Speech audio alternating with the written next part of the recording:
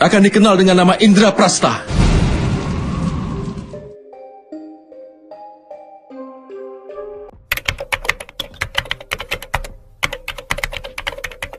Di episode sebelumnya, Arjuna berdoa pada Dewa Agni dan mulai melepaskan panah ke arah hutan ilusi untuk menghancurkan ilusi di hutan tersebut. Ketika api mulai membakar hutan, tiba-tiba muncullah Dewa Indra yang mengingatkan agar Arjuna mundur karena hutan beserta para ular di sana dilindungi oleh Dewa Indra. Arjuna tidak akan mundur sampai ia bisa menyelamatkan para manusia yang menjadi korban ular beracun. Karena Arjuna kekeh, Dewa Indra pun mencoba memadamkan api di hutan ilusi. Namun Arjuna menggagalkannya dan Dewa Indra terpaksa menyerang Arjuna, namun Arjuna mampu bertahan. Dan kali ini Dewa Indra pun benar-benar marah dengan mengeluarkan senjata Bajra untuk melenyapkan Arjuna. Untungnya di saat yang tepat Basudewa hadir di sana dan mengembalikan senjata Bajra beserta panah Arjuna ke tempatnya masing-masing. Bagaimana kelanjutannya? Yuk langsung saja, tak usah banyak ngawadu lagi, mari kita mulai pada alur cerita Mahabharata episode 125. Basudewa memohon agar Dewa Indra mau menghargai kemampuan Arjuna yang lahir atas restu dari Dewa Indra. Karena kemampuan Arjuna juga telah mengharumkan kejayaan dari Dewa Indra. Dewa Indra mulai memejamkan mata, kemudian secara ajaib menghilang dan turun ke hadapan Basudewa beserta Arjuna.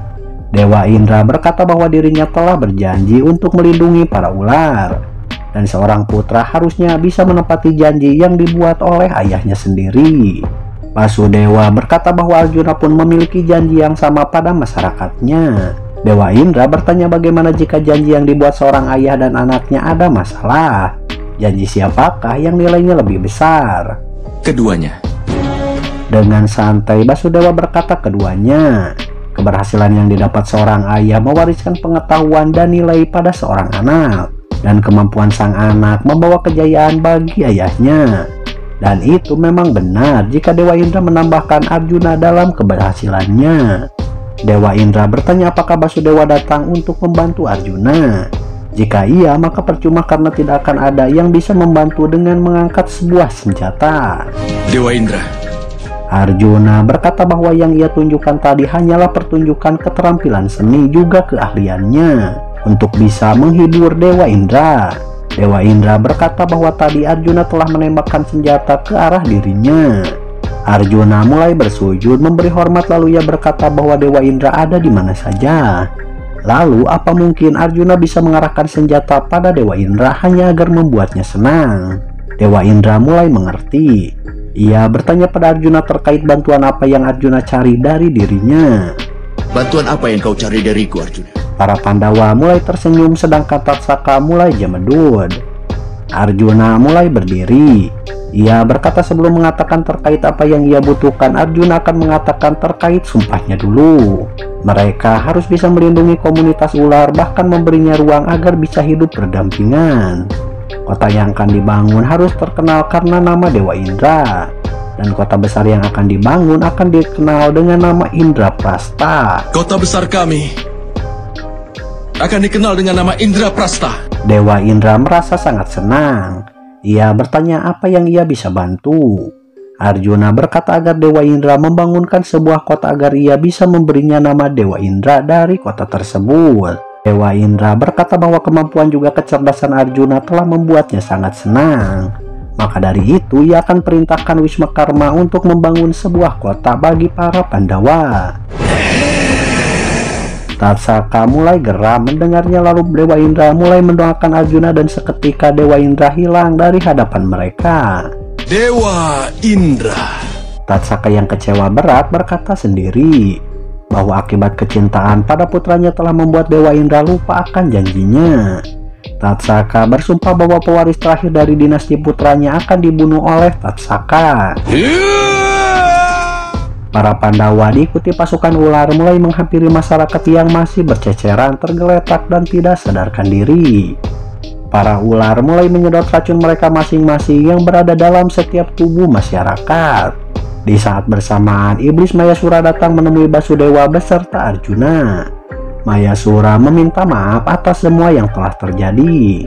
Bahkan ia telah meminta Tatsaka untuk memohon ampun, namun ia gagal.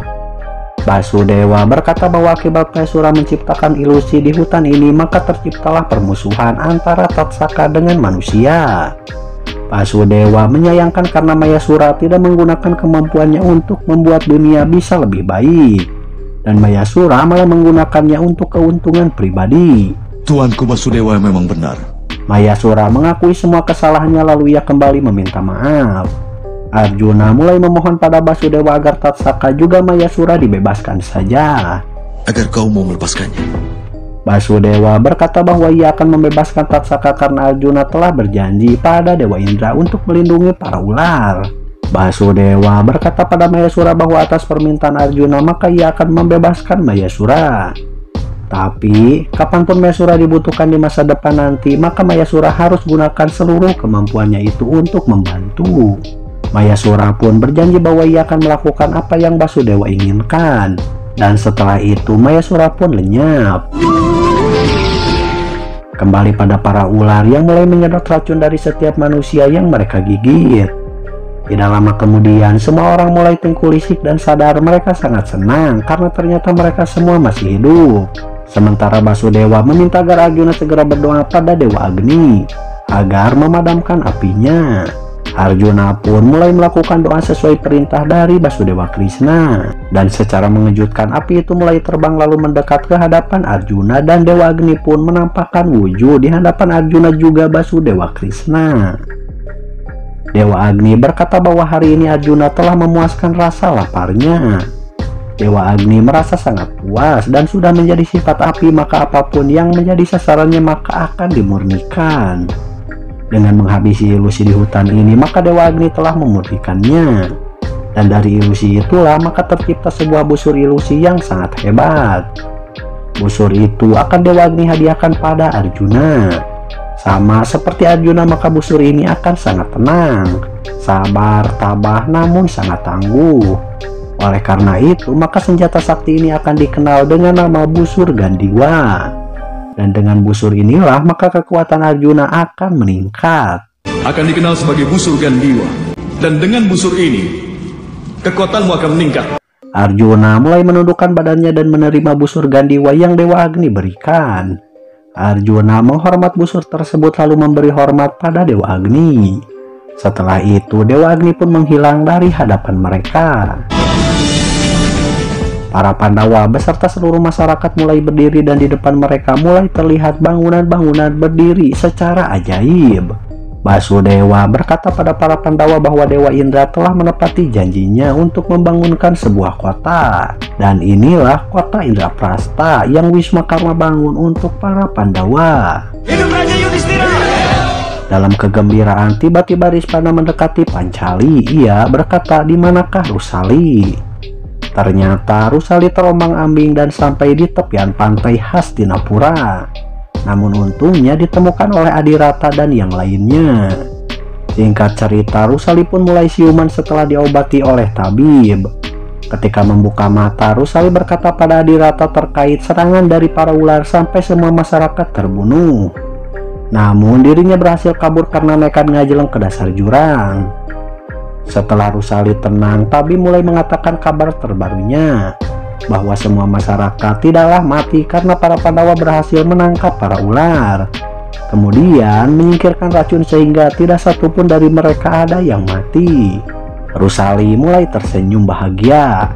Lalu ia meminta Adirata agar dirinya bisa kembali ke Indraprastha. Adirata pun mulai tersenyum lalu berkata bahwa Rusali akan ikut bersama rakyat lainnya yang juga banyak di antara mereka akan pindah ke Indraprastha. Dengan keluarga lain yang sudah kau kenal. Esok harinya Rusali sudah bergabung bersama rombongan masyarakat yang akan segera pergi ke Indraprastha.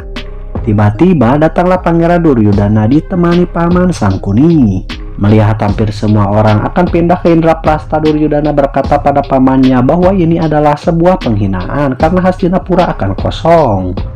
Sangkuni berkata bahwa ini memang sebuah penghinaan dan mereka harus bisa menghentikan semua orang yang akan meninggalkan Hastinapura. Sangkuni berkata bahwa dirinya harus segera bertemu dengan Raja Destalastra. Bersambung. Bagaimana kelanjutannya? Nantikan cerita berikutnya di alur cerita Mahabharata episode 126.